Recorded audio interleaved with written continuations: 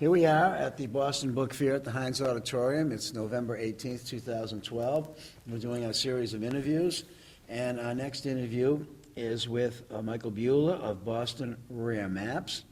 And Michael, as we ask all of our victims, tell us about your youth, your siblings, your mom and dad, where you went to school, where you lived, your upbringing, etc. A little bit of a biopic.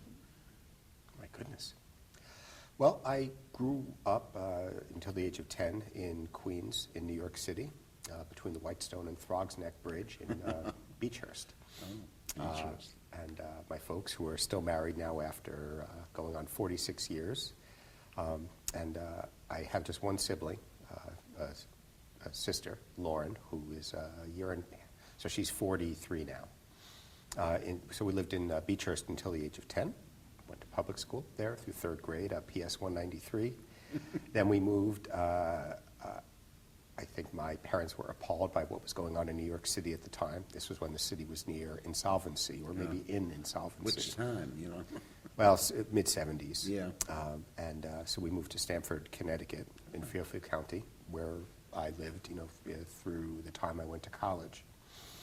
And I don't, in all honesty, I don't have a lot of memories or feelings one way or another about New York. I was young. I mean, it was a lovely, pleasant, sheltered upbringing, but I look back fondly on the time in Stamford. It's not a place I would choose to live now, just because of who we are as a family, what we like to do, but we lived in North Stamford, which was blessed with an enormous amount of wide open space. So I would, on a weekend, I'd leave the house at 8:30, see a mom and dad, and, show up home, dirty and torn jeans at 5:30 p.m. in time for dinner, and it was just a great way to grow up. Though I'm not sure what there is about my upbringing that would have pointed me toward being a dealer in antiquarian maps and prints, but it was there obviously was something, but what happened after Stanford?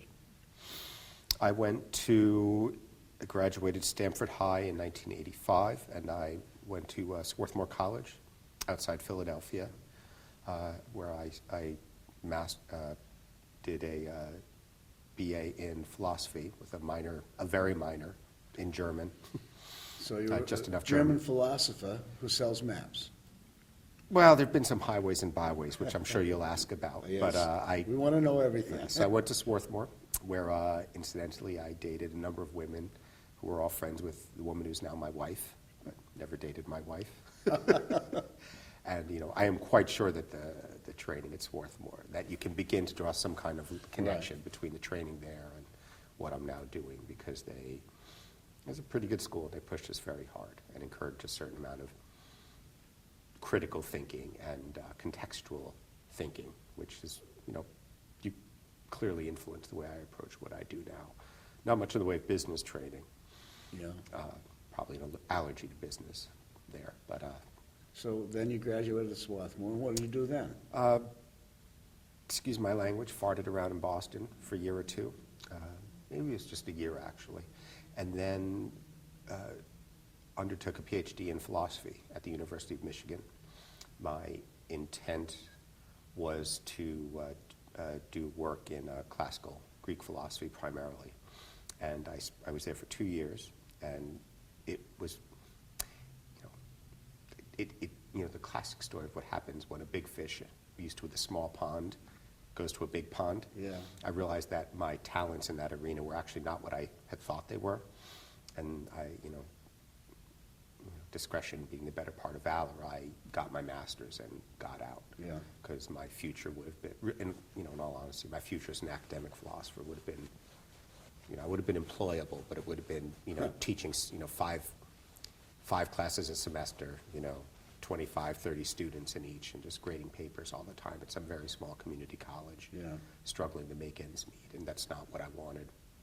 So went back to Boston, for lack of a better idea, and through a little bit of nepotism, ended up working at Organizational Development, Inc., ODI, which at the time was catching the total quality management wave, which I'm not going to go into here, no, if that's it's okay, because I prefer not to think about it at this point. But at the time, it was a lot of fun, and it was a way for me to there was no plan here on my part. It was just a job, but Right. it was a way actually to bring some of whatever Phyllis talents for critical thinking that I developed. It was a way to bring them to play a little bit in the business world and, start making a living for the first time. And over the next 12 years, I worked in a succession of 3 different consulting firms. And now this is becoming relevant. I'll say 2 things about it.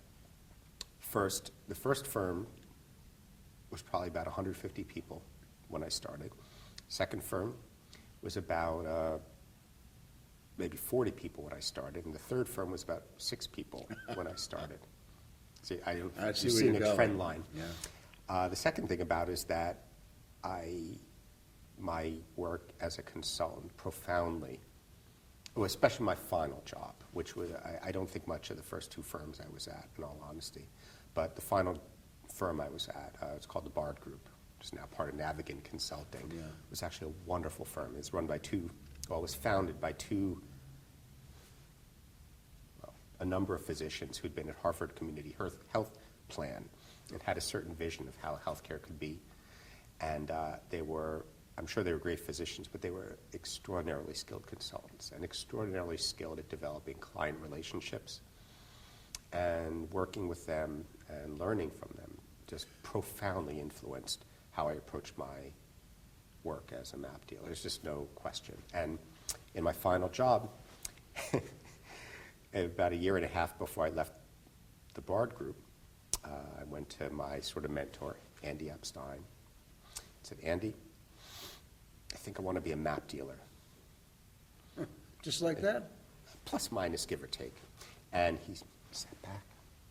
He said, Michael, I can't tell you how many patients I have had over the years who came to me and said, I can't wait till I retire because then I'm really going to do what I want to do. And then they retire and then they die. Yeah. He said, God bless. Yeah. So they knew my heart wasn't really in it. Yeah. So maybe it was a way to keep me around a little bit for another year or 2, but they actually let me go half-time. And for the next year and a half, I pretended to be working as a management consultant, whereas all I could think about was being a map dealer. It was impossible and untenable. But why maps? What did it? I was on I don't know. Why maps? I mean, I know what I don't know. I'll give you the history first. I was on a date going to Crane Beach, which is in Essex, Mass., which is a really beautiful beach with Anne, who's now my wife, but at the time was my girlfriend.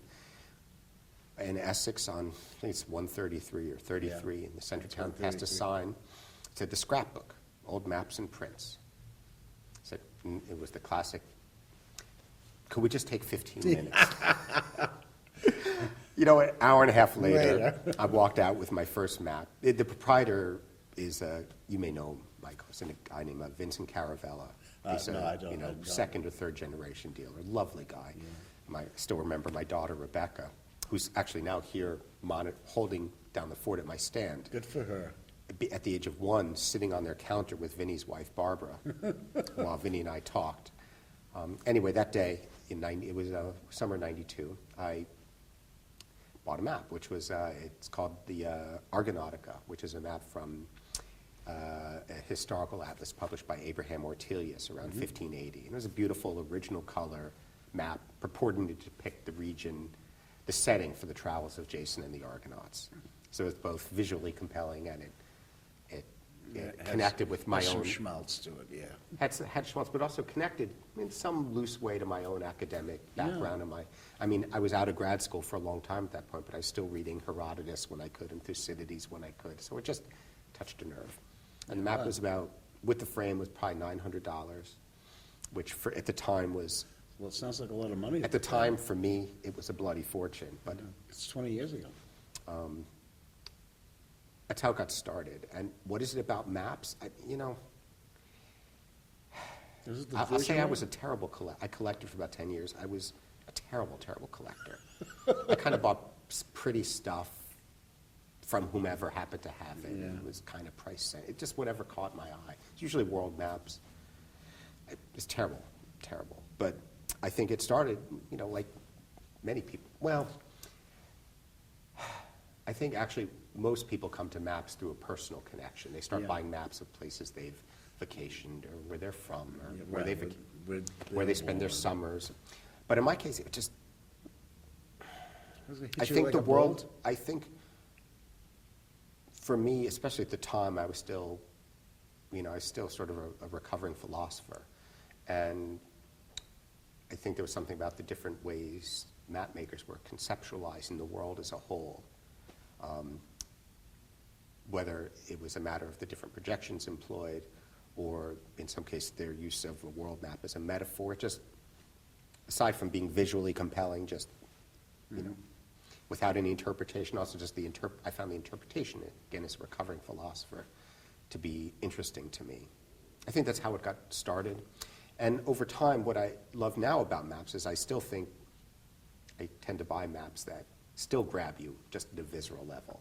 Yeah. Or, I mean, they grab me. I think they grab some other people because they I grab- have a they grab I have you. a going business, so somebody Yeah. likes them. But for me, now it's that maps, I try to buy maps that are visually compelling for the most part, but also have a great backstory. And that's what gets me now, is just what's the story behind Right. the piece of paper. I really, not always successful, and like every dealer, I buy just stuff because I know it'll sell. Right. But what moves me, what keeps me going is, the backstory, as it were. I love the research. I love connecting with the maps, the story behind the map. That's sort of what it's developed into. I can't say that it started that way.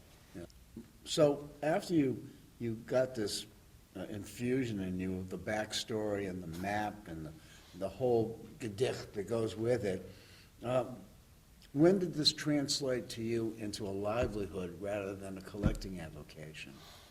Well, there was two things happened at once. First, I had my terminal crisis as a management consultant.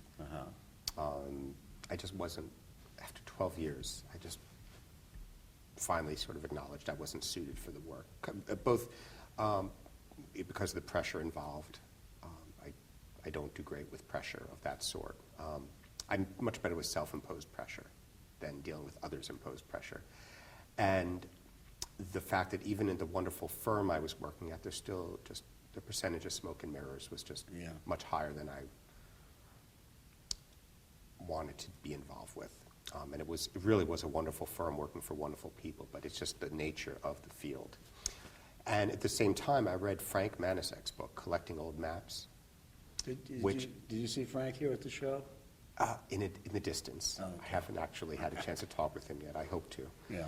And it's by far, and I'm not trying to plug Frank's book. That's but okay. I'm it's, sure you'll like in it. my view, by far the best book on this subject, because Frank, he doesn't just talk about this pretty map or that interesting map, but he talks about how they're produced, about what goes into making a map. He talked about the different printing methods.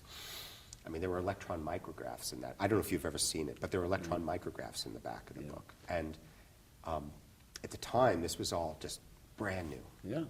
And just something about it, I can't tell you what exactly, in all honesty, but suddenly my interest in maps really both broadened, and I began to appreciate maps as artifacts, and deepened at the same time as I was having my terminal crisis as a management consultant. So my wife and I were on a walk one day. We took a weekend, I think, up in maybe North Adams, Mass, to go to Mass Mocha, just have some time away. And we were on a little hike, because that's what we really like to do. Yeah. And having the umpteenth conversation about how miserable I was as a management consultant. And, hitherto I'd been talking a little about, people are, there are dealers out there, and there are people who sell maps.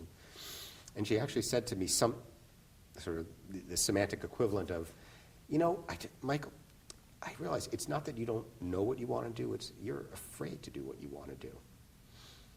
And I said, oh yeah? Confrontational. So over the next 6 or 8 months, I went to the Miami Map Fair for the first time as a civilian and talked to a bunch of people and made a bunch of phone calls and snooped around and put together a half-assed business plan, which actually got a couple of important things right, I have to say. It missed a ton, but it got a couple of important things spot on, and started buying maps. Just Just from local booksellers or local map dealers or No, the internet, states? wherever I could.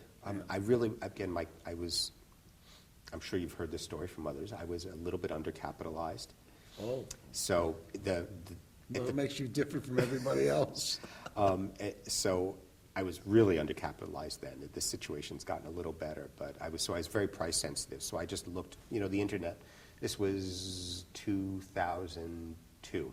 So we already had dealers already had robust Right. web presences. So I bought just wherever I could.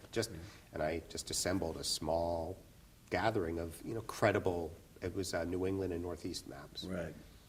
That was one of the two things I got right in the business plan, is that I decided that, again, because I was undercapitalized, and because there was one of me, and I only had so much time, Right. the way to be credible, maybe not make a mint, but the way to be credible was to focus very tightly, because then I could build a reasonable expertise in a reasonable period of time, and also build a decent inventory and not break the bank. Yeah. I mean, the business has, of course, Yeah, it's expanded a lot, but that, and it really, again, there's a lot I got wrong in the plan. There's a lot I didn't understand. I can't even begin to tell you. You had a plan.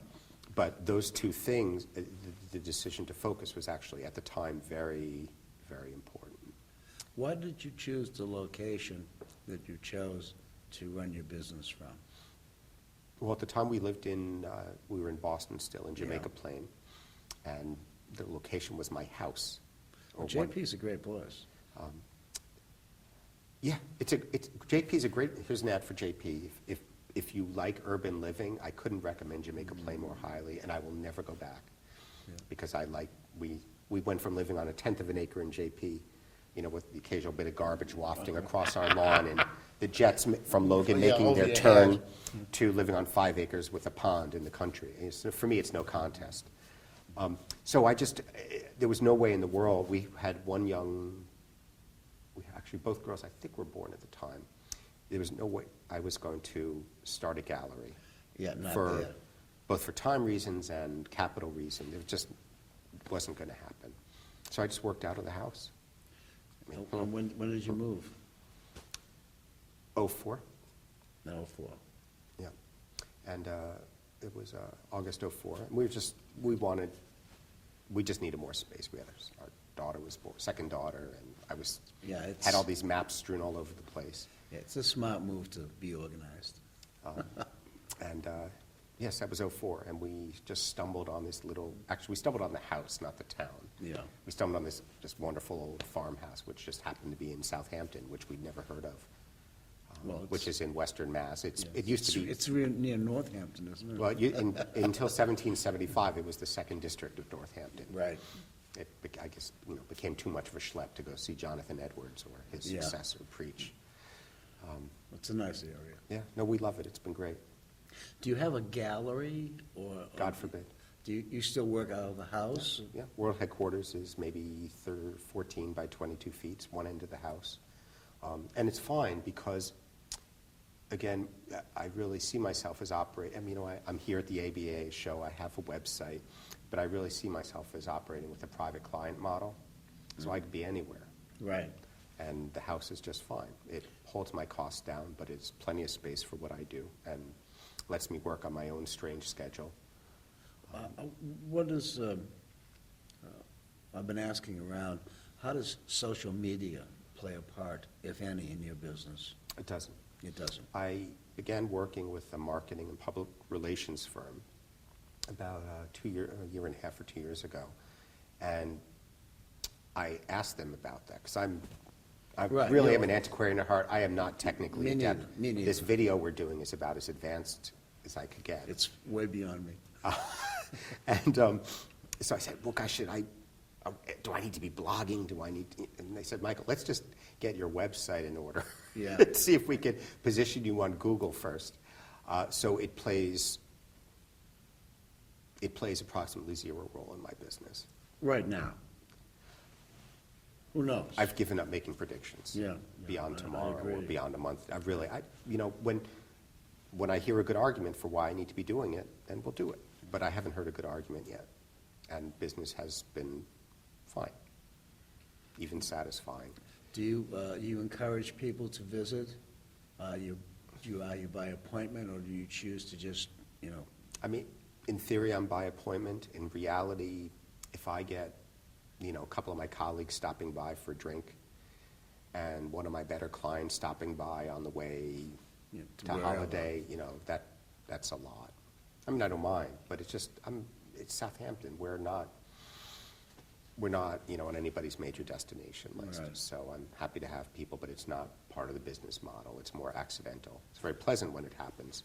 I mean, I've only had one person show up at the door, just unannounced, offering me an atlas, like at dinner time. I was cooking dinner, and I wanted to throttle them. How could you possibly? it's easy. You think this is Main Street? I mean, so. Did you buy the atlas? No. Okay, well, I will say for everybody viewing, I was very polite and helpful. Okay. And I made a suggestion about where she could go with it, but I wanted to throttle her because I was trying to get dinner on the table on a busy weekday. people just don't understand anything but their own particular agenda. People, in fairness, we're in a little niche, for better Yeah. and better and worse, we're in Absolutely. a little niche that people don't. How would they know? So I didn't throttle her. How many book fairs a year do you do? I do 3 book fairs and 1 antique show now. Which book fairs do you do? Boston and New York, ABAA. Yeah. Actually, I should say 2 book fairs, the Miami Map Fair. Right. And then I do the Ellis Antique Show here Oh, in right. Boston. And that's it. That's a great show. They do a really fuss going forward, and they're the people I work with for public relations and marketing, and they do a really nice job. They're lovely people. Do you and they sell do a- much at the Ellis? It has been, it's not great for selling. I approach the Ellis as really as a long-term investment, because there's wonderful material here in Boston. Oh, yeah. And I would like at least some fraction of it to gravitate to me over the next 20 years. So that's really what the Ellis is about for me. I mean, I sell, and I love selling, like Yeah. we all do. Sure. Oddly, this year I bought better. I mean, at the Ellis of all places, which is not a paper show. Really? I bought better than I sold. There are some booksellers who do the Ellis show. There's, Do the Baumans still no, do it? no. The only other paper dealer is the firm of a Raider. He's the only one. Yeah. That's interesting. So, We're fast approaching our time limit, but we've still got a few minutes, and I want to get to a few more questions before I let you go back to your daughter, who's probably panicking about now. well, she just called a second ago, and I willfully ignored her. She'll be, if she calls again, we'll have to deal with it. I'm going to let you go in It's about 2 fine. minutes. But I would like to ask you what I've been asking everybody. What do you see as great challenges that are facing us as an organization and as a bookseller and map dealer? Look going forward and looking into your crystal ball.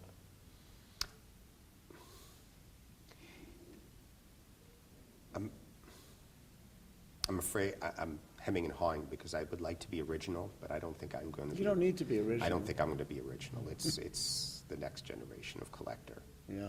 I mean, I do a lot of institutional selling, and I'm pretty comfortable with the longevity of, well, over the next decade, let's say, I'm reasonably comfortable with where the institutional market will be. I'm more Yeah. concerned longer term as they embrace digitization to a That's- greater degree. But the but kind of it's the- thing you deal in is so much more vibrant and beautiful in the original format. It cannot be reproduced to ever look anything like what it should. Yes, but if you're, in fairness, if you're an institution in a town or city where there are 5 other major, or 4 other major okay. map collections, and 3 of them already have that map and 2 of them have it digitized, can you really justify being the 3rd copy of this Right, incredible rarity I can in understand town? that point of view. And I understand it too, and they're stewards of scarce resources, so they should be asking these questions. So, but, over the next 10 years, primarily, I think it's where is the next generation of collectors coming? Speaking for myself, I don't have enough young collectors. And by young, I mean under 50. I'm Right, not talking about under 40. I'm Yeah, talking no, about, I know what you're talking people who about. could be doing this for 10, I'm sure you do. Yeah. But people who could be doing this for 20 years. I don't, we need more, and that's, you know, when I approached the firm I work with, Fusco and Four, I said, guys, that is more than, I mean, yes, I would like to place high on Google, but it's all in the service of identifying a couple of new younger collectors every year. That would be great. And I know that's not original. I'm sure a number of other dealers have said it, but it's I by think, far I the think it's biggest something challenge. that everybody feels is a necessity as we go forward. But looking out at the crowds over the last two days, I saw an awful lot of young people. And Yep. a lot of them walking away with packages. Yep. And I think that that's the kind of thing that we have to keep punching away at. Absolutely. And in fairness, and I know you need to move on, I think my business is really, it's pretty specialized. Oh, It's yeah. it's really a very boutique business. My material's not, I mean, it's not top drawer necessarily, but it's not inexpensive. So in fairness, I may be not geared to serve the younger or aspiring collector in the same way some other dealers are. No, But I see it as my number one challenge is drawing them in. Well, that's great, Michael. We've come to the end of the line. Thanks so much for Thanks, being here. Cindy.